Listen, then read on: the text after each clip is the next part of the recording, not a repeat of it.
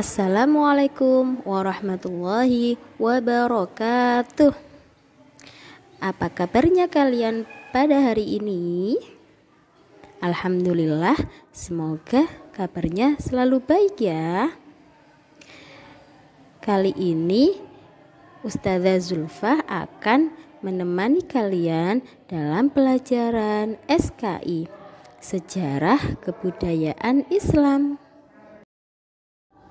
Materi pertama pelajaran SKI adalah tentang perjuangan Nabi Muhammad SAW dalam berdakwah. Sebelumnya Ustazah tanya dulu nih, apa sih berdakwah itu? Ya, betul sekali. Berdakwah adalah mengajak untuk menyembah Allah Subhanahu wa Ta'ala. Lalu, strategi apa sih yang digunakan Nabi Muhammad dalam berdakwah?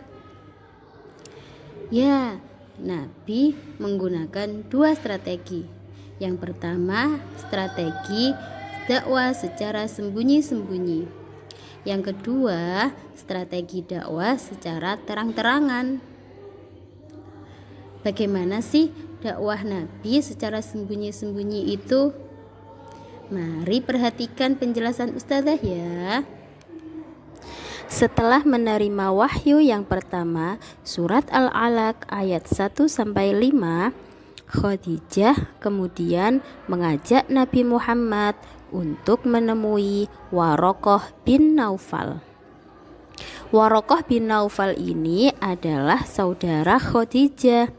Ia beragama Nasrani. Melalui Waraqah bin Naufal inilah Nabi Muhammad mengetahui bahwa beliau telah diangkat menjadi Rasul. Seusai pertemuannya dengan Waraqah bin Naufal, turunlah wahyu yang kedua, yaitu surat Al-Muddathir ayat 1-7. Dalam ayat tersebut, Allah memerintahkan Nabi Muhammad untuk berdakwah kepada umatnya. Namun, dakwahnya masih terbatas kepada sanak keluarganya. Dalam masa dakwah itu, beberapa orang bersedia menerima ajaran Islam. Mereka ini disebut dengan as-sabiqunal awwalun, yang berarti golongan orang-orang yang pertama kali masuk Islam. Pengajaran agama Islam disampaikan langsung oleh Nabi Muhammad di rumah Arqam bin Abil Arqam. Adapun as-sabiqunal awwalun ini terdiri dari beberapa golongan. Golongan perempuan ada istri Nabi Muhammad, yaitu Siti Khadijah. Golongan anak-anak ada Ali bin Abi Thalib. Golongan sahabat dekat Nabi ada Abu Bakar bin Abu Quhafah. Selebihnya diisi oleh sahabat Nabi Muhammad SAW. Orang-orang yang termasuk as-sabiqunal awwalun yaitu terdiri dari dua golongan, golongan keluarga dan golongan sahabat. Golongan keluarga terdiri dari Khadijah binti Khuwailid. Beliau adalah istri Nabi. 2. Ali bin Abi Thalib, yaitu sepupu Nabi. 3. Zaid bin Harisah, anak angkat Nabi. Yang keempat ada Ummu Aiman. Beliau adalah pengasuh Nabi.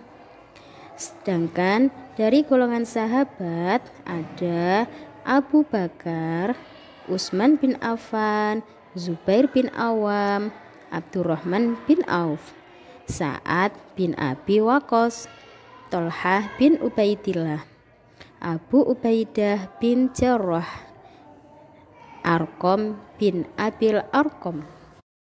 Strategi dakwah Nabi tersebut dikenal dengan strategi dakwah secara sembunyi-sembunyi.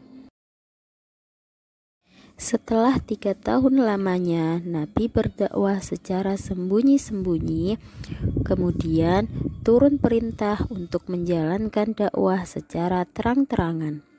Perintah itu terdapat dalam surat Al-Hijr ayat 94 yang berbunyi, Fasda' bima tu'maru wa a'rid 'anil musyrikin. Maka sampaikanlah Muhammad secara terang-terangan segala apa yang diperintahkan kepadamu dan berpalinglah dari orang-orang musyrik.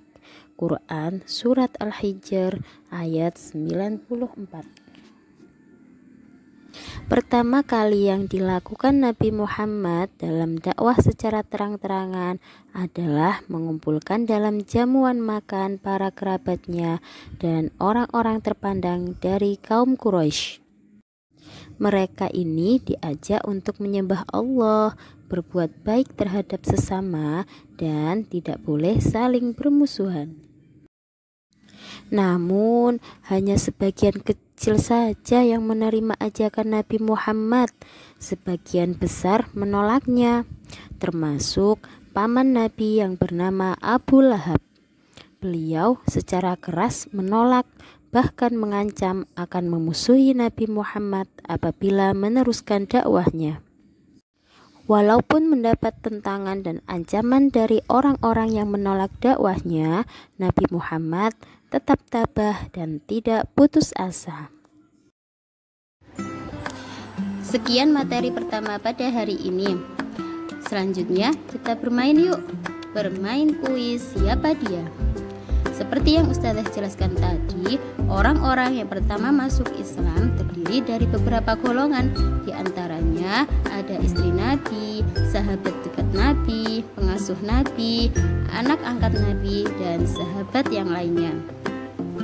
Coba kamu pilih dari kalangan apa ya orang-orang tersebut dan isikan dalam kolom keterangan tabel seperti di bawah ini. Sediakan selembar kertas, pulpen, dan penggaris. Lalu buat kolom seperti yang Ustazah contohkan. Selamat bermain ya anak-anakku yang solih dan solihah.